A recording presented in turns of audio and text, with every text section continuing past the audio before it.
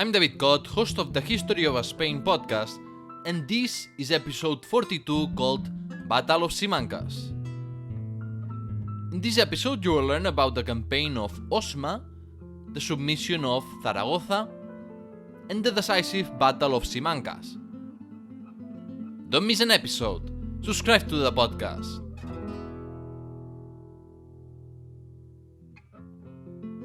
We left the narrative of the Kingdom of Leon with the victory of Ramiro II in 931 over his brother Alfonso IV, who had abdicated but later regretted that decision.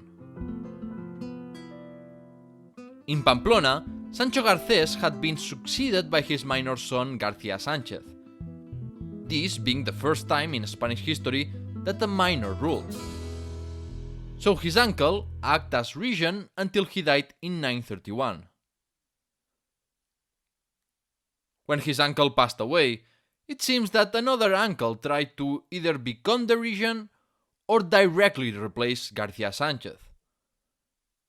But the crisis was solved thanks to the Queen Dowager and mother of García, Toda of Pamplona. From then on, Toda of Pamplona became the regent and real ruler of Pamplona. And with her excellent political and diplomatic skills, she secured the reign of his son, and years later, she intervened in the Kingdom of Leon too. In Al-Andalus, Abderrahman III had elevated the emirate into the Caliphate of Córdoba, and he had already extended his authority over the lower and middle marches, as well as Ceuta and Melilla. So he only had to impose firmly his authority over the upper march. Moreover, the Caliph started to construct the magnificent city palace of Medina Azahara, as we saw in the previous episode, Caliph al-Córdoba and Medina Azahara. But in this episode we are going to focus on political and military developments. King Ramiro II of Leon was a brave, intelligent, and confident monarch. Maybe a bit overconfident. He opted to reunify the county of Castile and named one of his apparently most loyal supporters Count of Castile. Count Fernán González had that honor, and additionally he also ruled the county of Álava. That's why I said that Ramiro II might have been overconfident and naive, giving so much power to one man. But we will see why I say that in the next episode. For the time being, Ramiro could only see the danger from the south. The Caliphate of Córdoba was only growing stronger, and if the Leonese were going to confront the Andalusís, they needed to be united and outsmart them, because they had fewer resources compared to the Caliphate.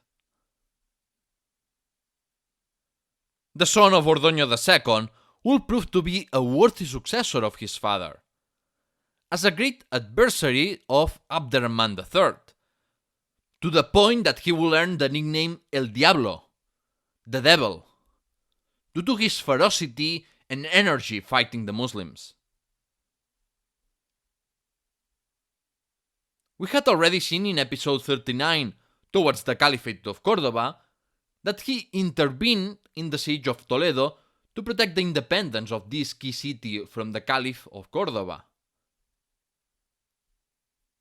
Since he had to besiege Leon, he couldn't go to Toledo in person nor send the bulk of his army. But the Leonese troops were capable of attacking the fortress of Madrid and sacking the then small city. According to some Christian sources, in 933 there was a first battle at Osma that the Leonese and Castilian troops won.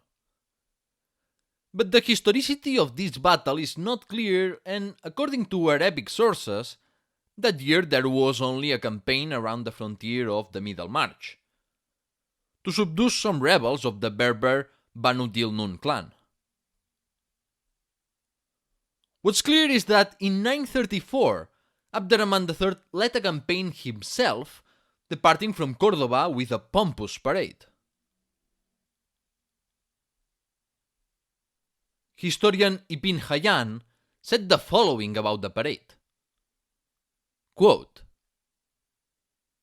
"In this year, the Caliph al-Nasir personally made an atheifa against the lands of the infidels, which was the campaign called of Osma, for which he had ordered preparations and mobilization since the beginning of the year, sending letters in this sense to the curas of Al-Andalus and to all his loyalists of North Africa. People came from all over, making Al-Nasir for this campaign a great display, which became famous in Al-Andalus and caused admiration in Cordoba for the demonstration he made of number of soldiers and material, jewelry and adornment.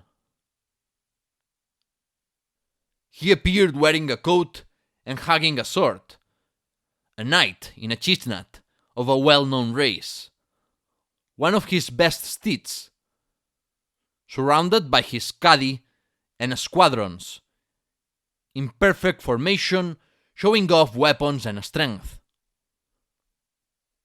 For the greater showiness of the display, he multiplied the classes of equipment and the formidable, beautiful, and valuable insignia of outlandish classes in flags and banners, appearing on this occasion among his flags the eagle, which he had invented, for no sultan had it before, and which the people look upon with curiosity and delight, being the object of endless commentary."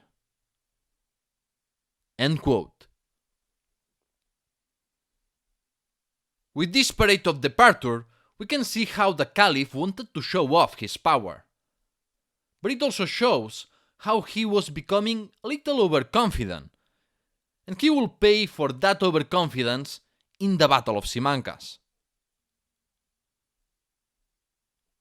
Anyway, Al-Nasir had the intention of penetrating Castilian territory through the province of Guadalajara. But since the governor of Zaragoza, Muhammad ibn Hashim, and the Banu al-Tawil of Huesca refused to participate in this campaign, the caliphal troops first paid a visit to the upper march. The revolt was quickly suppressed, and the Umayyad army continued the expedition towards the kingdom of Pamplona of the region Quintoda. Instead of letting the Andalusis raise and loot the kingdom of Pamplona, Quintoda opted for a diplomatic solution. So she and several noble and ecclesiastical magnates came out to meet Caliph Abderrahman at the military camp of Calahorra. Toda of Pamplona invoked the kinship ties between her and the Caliph, because she was his aunt, and declared Pamplona a vassal of the Caliphate of Cordoba. And in exchange, Al-Nasir acknowledged Garcia Sanchez as king of Pamplona, and he stopped incursions against Vasconia. This treaty was humiliating for Pamplona, because they were recognizing the hegemony of the Caliphate of Cordoba. But thanks to that, Quintoda was saving the integrity of the Kingdom of Pamplona and the well-being of its citizens. Not everyone in Pamplona was happy with this diplomatic approach, and a member of the Jimena dynasty revolted to force the return of the unconditional war against the Muslims. The instigator of the revolt was forced to surrender, he was executed in the camp of the Cordobans, and his body was cut into quarters. After that, the Andalusis continued their atheifa in the county of Álava and Castile to sack the region. As usual, the Umayyad army ravaged the fields and burned the vineyards and orchards, while peasants had to take refuge in fortresses to avoid being captured and enslaved. Among the damage caused, in Castile the town of Oña was destroyed and the monastery of Zardeña in Burgos was sacked and destroyed. And following Latin and Arabic sources, that confirms the historic veracity of the story of the between 200 and 300 murders of Zardeña. The contemporary historian Al-Razi said that the smell of the burning of the fortress of Grañón in Álava was sweeter than perfume to the Muslim soldiers. And Al-Razi goes on saying that in the campaign of Osma, many other monasteries, fortresses, towns and churches of Castile were destroyed. This bellicose rhetoric had the intention to present Abderrahman III as a champion of jihad, a condition that anyone claiming to be the caliph must have, and that's far from the idealized tolerant attitude of the Muslims of Al-Andalus. We don't have any mention of an organized resistance by Count Fernán González or King Ramiro II yet, because Fernán González knew that the Castilian hosts wouldn't be enough to confront the Umayyads, and he had sent an urgent letter to his king requesting aid.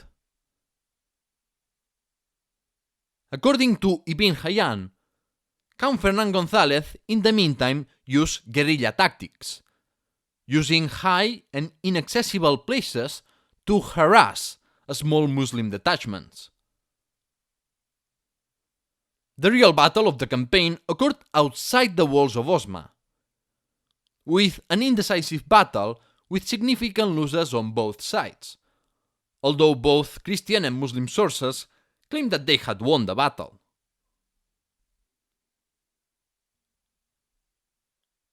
The following year's war between León and the Caliphate of Córdoba occurred in present-day Aragon, what then was the Upper March. The Banu Tuhib clan had been the uncontested rulers of the Upper March ever since the Banu Qasi lost their hegemony. Muhammad ibn Hashim, known in the Christian chronicles as Abu Yahya, was the patriarch of the clan during the reign of Ramiro II, and he had succeeded his father in the office without the permission or intervention of the caliph, something that the Cordoban obviously didn't approve.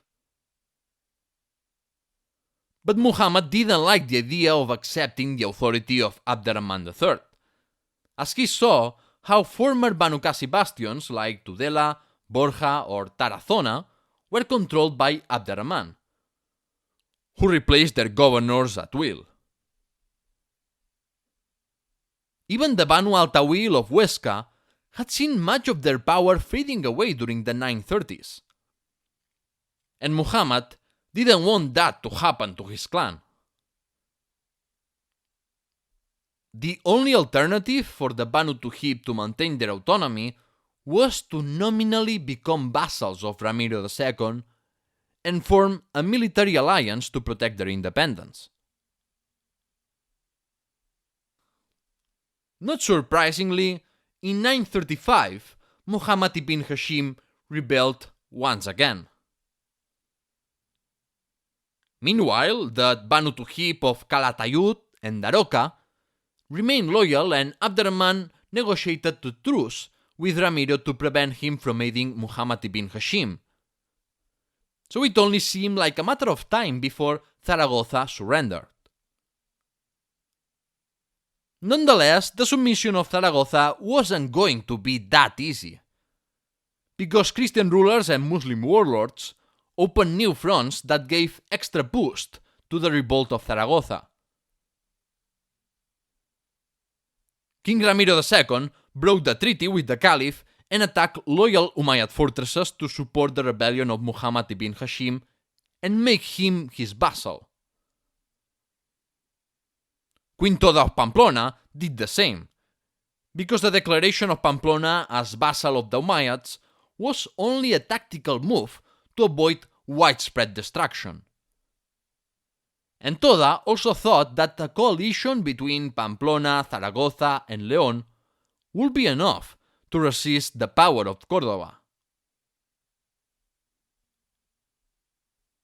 In the eastern frontier, Count Suñer I of Barcelona successfully raided Tarragona, as a revenge of a raid of an Umayyad fleet against the Catalan coasts. Suñer I forced the stronghold of Tortosa to pay tribute, and he captured booty and Muslims. Moreover, in Al-Andalus, the Tujibids of Calatayud and Daroca joined their relative. The citizens of Huesca expelled their Umayyad governor, and Banu Tujib became governor of Huesca. And the Banu Dilnun of the Middle March revolted too.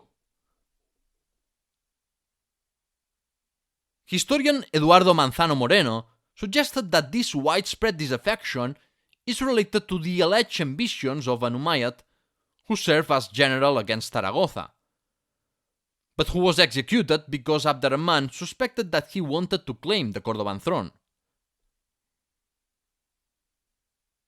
His brother rebelled and sought alliances with the Banu Dilnun of Cuenca and Guadalajara, but the revolt was suppressed in the end.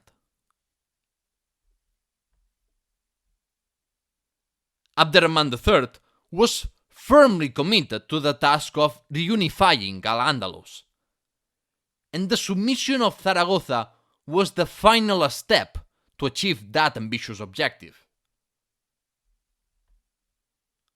Muslim troops of the Banu Dilnun and the Banu Rathin, who later found the small and very interesting taifa of Albarracin, attacked the Castilian frontier and killed the brother of Fernán González.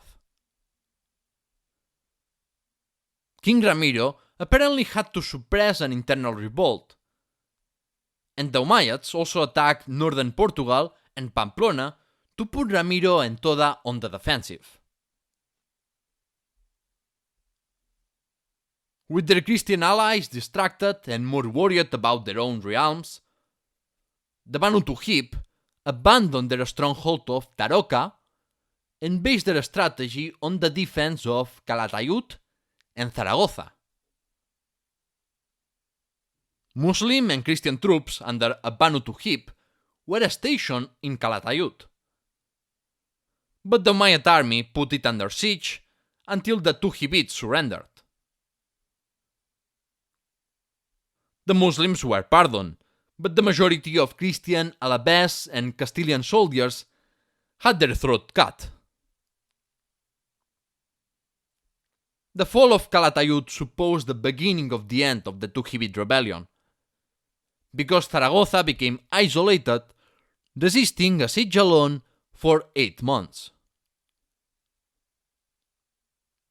On 23 August 937, Muhammad ibn Hashim surrendered Zaragoza, and that marked the end of the local revolts against the central government. Nonetheless, peace negotiations lasted until November, and luckily the treaty has survived to this day. I cannot cite the entire treaty because it's more than 2 pages long, but let me quote some of the key points to better understand the submission of a frontier stronghold like Zaragoza. Quote, "The treaty grants the aman, the pardon, for Muhammad ibn Hashim, his brothers, sons, relatives, and all his comrades, his men, and anyone who joined him. It grants the ownership of the city to Muhammad ibn Hashim. Al-Nasir commits himself to register in the name of Yahya ibn Hashim, brother of Muhammad, the city of Lérida. Muhammad is to stay in Córdoba for 30 days, demonstrating the sincerity of his submission. The government promises to name Muhammad governor and general of Zaragoza and destitute the acting Umayyad governors once Muhammad fulfills the agreed clause of appearing in the court of Cordoba. Muhammad was to surrender as hostages his eldest son and the eldest son of his brother. Muhammad ibn Hashim had to provide evidence of having broken his relationship with the polytheists from the territories of Barcelona, Cerdaña, Pamplona, Álava, Castile, and León. He wouldn't exchange letters nor have trade with them. End quote. Apart from all these points, the Treaty of Submission of Zaragoza highlights that obligation of Muhammad ibn Hashim to send to the capital the corresponding taxes and tributes, and his obligation to participate in the azeifas of the Caliph. They swore this treaty in the Mosque of Zaragoza and in the presence of tens of notables from both Córdoba and Zaragoza who had to swear the treaty too. To sum up the content of the agreement, if Muhammad ibn Hashim demonstrated his loyalty with the terms imposed by the Caliph, then he would be named governor of Zaragoza for life. His sons could succeed him in the office, and other Tujibids receive concessions like the ownership of Lérida. It's very remarkable how the central government of Córdoba was unable to remove the power of the Tujibids and substitute them for loyal governors. And instead, the Umayyads had to accept feudal relationships with the Tujibids. The price of reimposing Umayyad authority over all Al-Andalus was high, because Abd ar-Rahman had no other choice but to acknowledge a high degree of autonomy of certain powerful clans of the Marches. Only the Christians will benefit from the internal divisions within Al-Andalus, so it was a necessary concession. But despite the generosity of the Caliph with the terms of surrender of Zaragoza, people in the borderlands still resented the central government, as they soon demonstrated.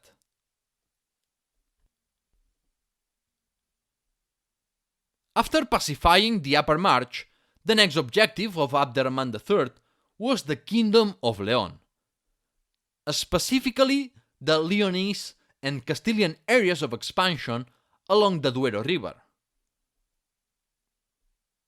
He prepared a very large military force, the largest Muslim expedition before the campaigns of Almanzor, with the aim to crush once and for all the boldness of Ramiro II and the Christian expansion in general. Some sources talk about around 100,000 men, although it's difficult to believe that so many men could be mobilized in a country that probably had 5 or 6 million people. In any case, thousands of Andalusis participated in a campaign that was beforehand named the Campaign of the Omnipotents, a name that reflected the overconfidence of the Muslims. Abd ar-Rahman III departed from Córdoba, going through Toledo, while Muslim clans of the Marches, including the Banu Tujib, joined the Caliph.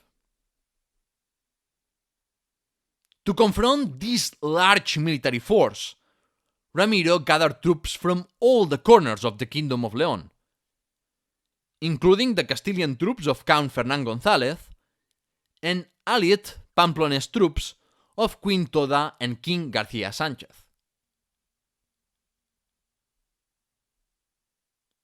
A solar eclipse preceded the battle, later interpreted as a bad omen for the Umayyads. The chronicler Kitab ar-Rawd wrote, quote, "As the army arrived near Simancas, there was an awful eclipse of the sun that covered the earth of a dark yellow amid the day, and it filled us and the infidels with terror, as neither had seen in their life such a thing as this. 2 days passed without either side making any movement. End quote. The Battle of Simancas was first fought in the right bank of the Pisuerga River, in the northeast of Simancas, over the course of several days of August 939. Both sides lost thousands of men, but according to the Castilian annals, the Christians killed 3,000 Muslims, and Ramiro II of Leon defeated Abderrahman III and his large army in the Battle of Simancas, preventing them from taking the stronghold of Simancas. This first encounter wasn't a really decisive defeat, but the Battle of Simancas had a second and much more decisive follow-up, called the Battle of Alhandega. Hence, the battle is also known as the Battle of Simancas-Alhandega. Alhandega comes from the Arabic al-Handak, meaning cliff, because it's in a cliff nearby Castro, in the province of Soria, where Abderrahman III was spectacularly defeated, in part because some Andalusi lords, with their hosts, defected. The Andalusis lost even more men and material than at Simancas, and that was the cherry on the cake for the Christians and the ultimate humiliation for the Caliphate of Cordoba. Old aristocratic Arab families of the Syrian junts and Muslim frontier lords felt disaffected for different reasons. There were tensions with the junts because they were being replaced by mercenaries and slaves, and the main commander of the Battle of Simancas was a hated brother-in-law of the Caliph and non-Arab named Nahda ibn Hussein, while the frontier lords wanted their autonomy back. So some of them defected without worrying about the protection of the Caliph or the fate of the inexperienced Islamic volunteers. And that was especially aggravating for a Caliph who assumed the protection of his subjects as a religious duty. The governor of Huesca of the Banu al-Tawil family was one of the men who withheld his troops, and because of that he was arrested, tortured, and he had his tongue cut before being crucified alive. Pretty gore, yes.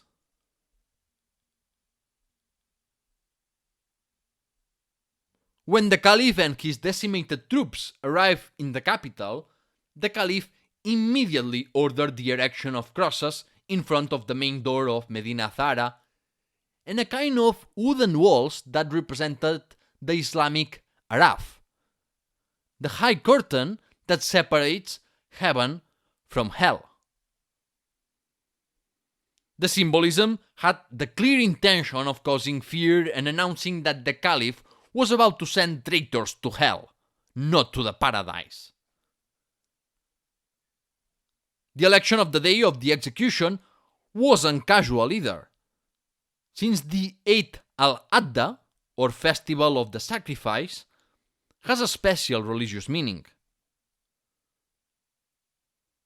No one knew who was going to be executed, but the Cordobans were curious.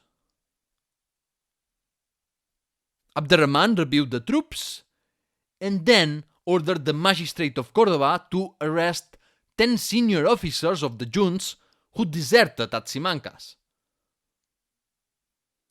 When they woke up that day, those officers didn't imagine that they would be crucified, so they started to cry for aid, mercy, and forgiveness. But that fell on deaf ears. In fact, Abderrahman III got increasingly furious and he started to recriminate them their desertion. Pointing to the citizens of Cordoba who were there to witness the execution, the Caliph yelled, quote, "Look at these poor people! Haven't they given us authority, making themselves our submissive servants for us to defend and protect them? But if we become their equals in cowardice in front of the enemy and we lack character, in what way are we superior to them? If we only want to save our life, even if we lose theirs? God forbid! Taste the consequences of your actions." End quote. Then Al-Nasir ordered their crucifixion and had them finished off with the spears. One witness found their death so unbearable that he fainted. But the objective of such a violent public execution was precisely to be exemplary, to instill fear among the Andalusis and especially among the elite, and to demonstrate the absolute power of Abderrahman III. The words of Abderrahman also reflect the social contract that the Umayyads had with their subjects. Because, as he said, the Umayyads were only the legitimate rulers of Al-Andalus as long as they protected the interests of their subjects. According to other sources, an additional 300 cavalry officers were crucified too, while heralds proclaim, quote, "This is the punishment reserved for those who have betrayed Islam, sold its people, and sown fear among the ranks of the soldiers in the Holy War." End quote. The Caliph of Cordoba took the withdrawal of some troops very personally, because his life was put in great danger during the battle. It's actually said that Abderrahman only escaped from the battle half alive. Al-Nasir even lost his personal Quran and his coat of mail. And although later Ramiro II returned them, that's not the only thing the Christian troops captured. The Leonese, Castilians, and Pamplonese captured much loot, including gold, silver, and precious Andalusi fabrics. And they also captured their former ally, Muhammad ibn Hashim of the Banu Tuhib. The Caliph Abderrahman III started preparing a new expedition for the following year. But he changed his mind when a Leonese envoy arrived in Cordoba proposing a truce.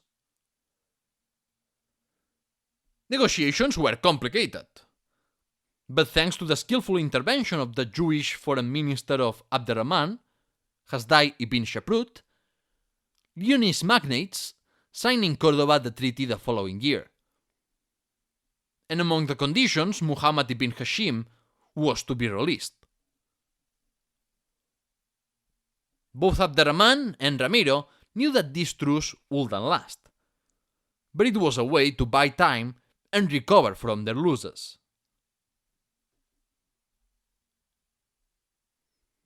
The caliphal defeat in the Battle of Simancas had a wide range of long-lasting consequences.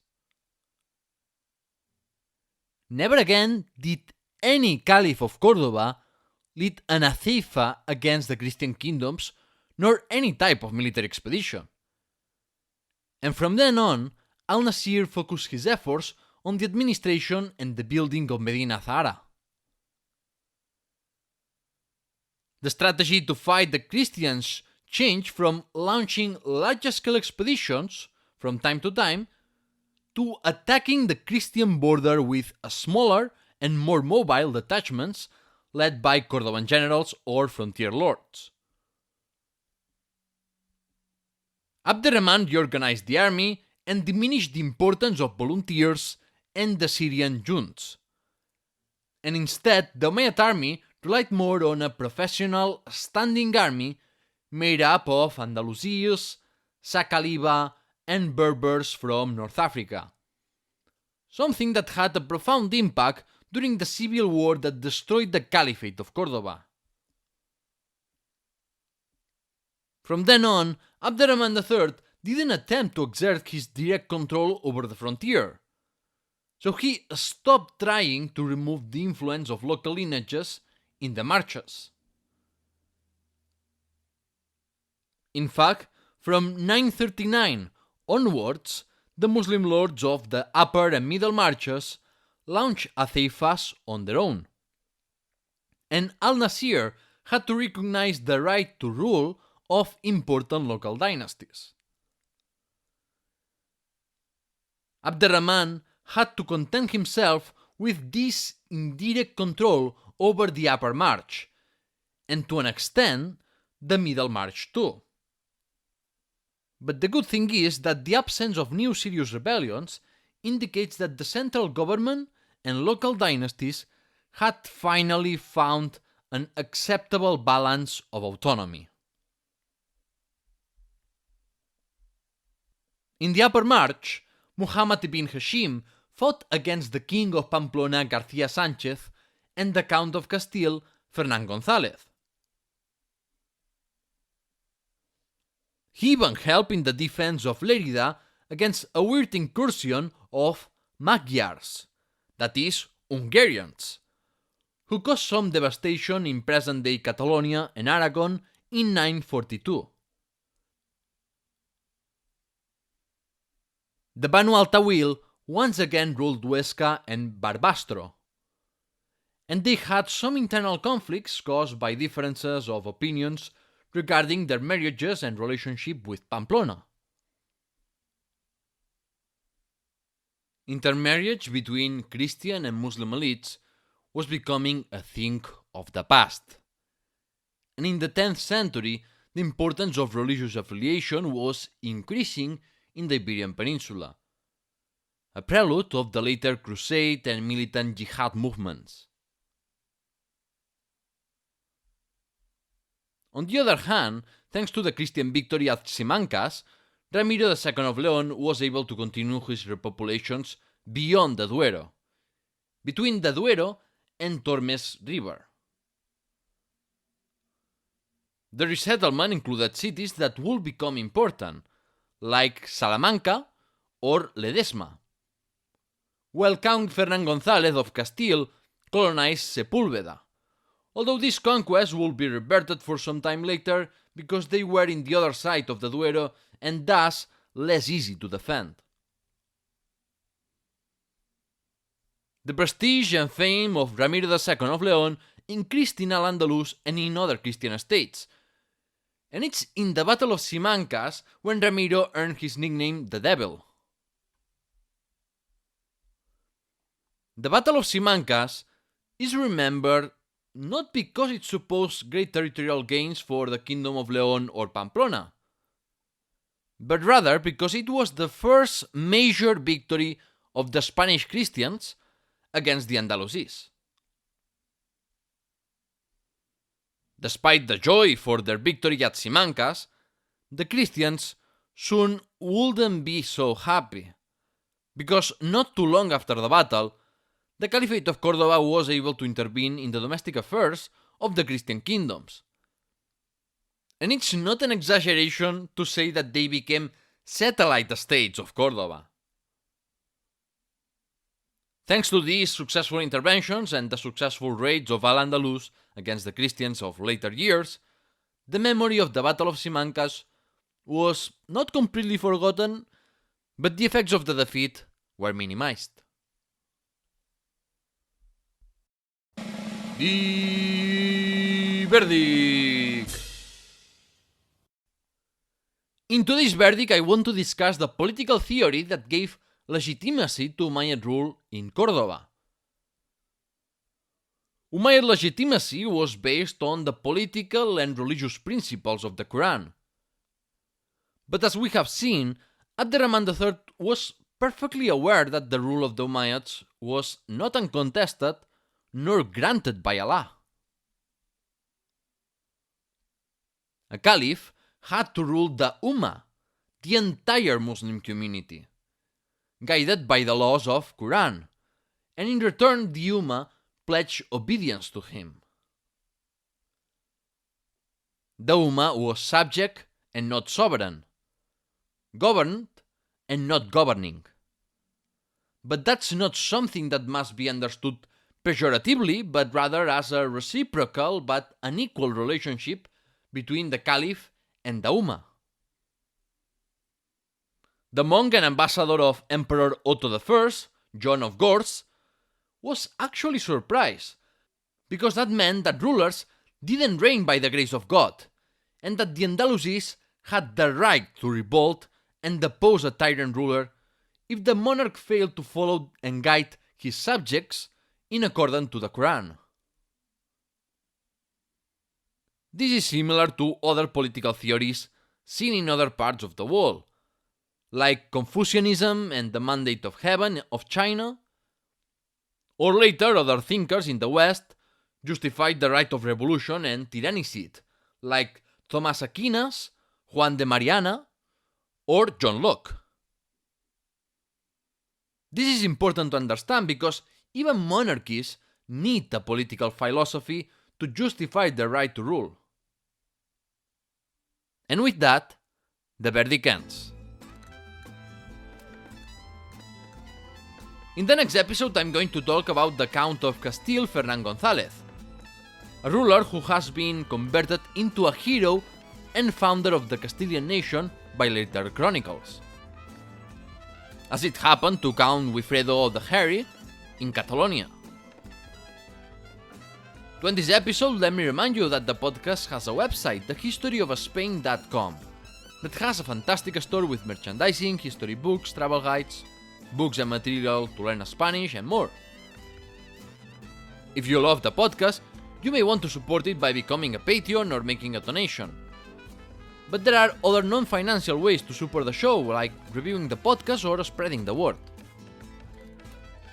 Please subscribe to the podcast on Apple Podcasts, Spotify, YouTube, and more, and follow the social media accounts of Twitter, Instagram, Facebook, Pinterest, and LinkedIn.